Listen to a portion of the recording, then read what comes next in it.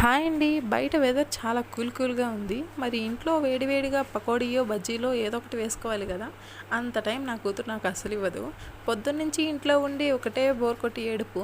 సరే క్విక్‌గా ఏమైపోతుంది, ఏడుపు ఎలా ఆపాలా అని చూస్తే గొట్టాలు తగిలాయి. ఇక మా పాపని మంచం మీద కూర్చోబెట్టెళ్ళి గబగబా ఇక గొట్టాలైతే ఫ్రై చేస్తున్నా. గొట్టాలతో పాటు పానీపూరి ప్యాకెట్ చూపించావేంటక్క, కొంపతీసి పానీపూరి కూడా వేపుకుని స్నాక్స్లా తినేసావా ఏంటి అనుకుంటున్నారా? కరెక్టే.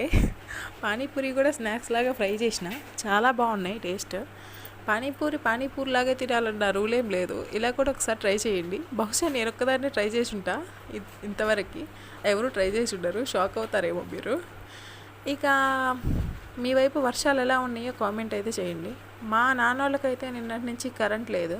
వర్షం కూడా ఊపులు పడుతుందంట. మరీ ఇంతకు ముందు నుంచి అయితే ఎక్కువైపోయిందంట. గాలి బాగా కొడుతుంది, చెట్లు కూడా విరిగి పడ్డాయని చెప్తున్నారు. ఇంత బీభత్సం చేస్తుందని అస్సలు అనుకోలే. చెప్తారులే, అలా వర్షం పడుతుంది.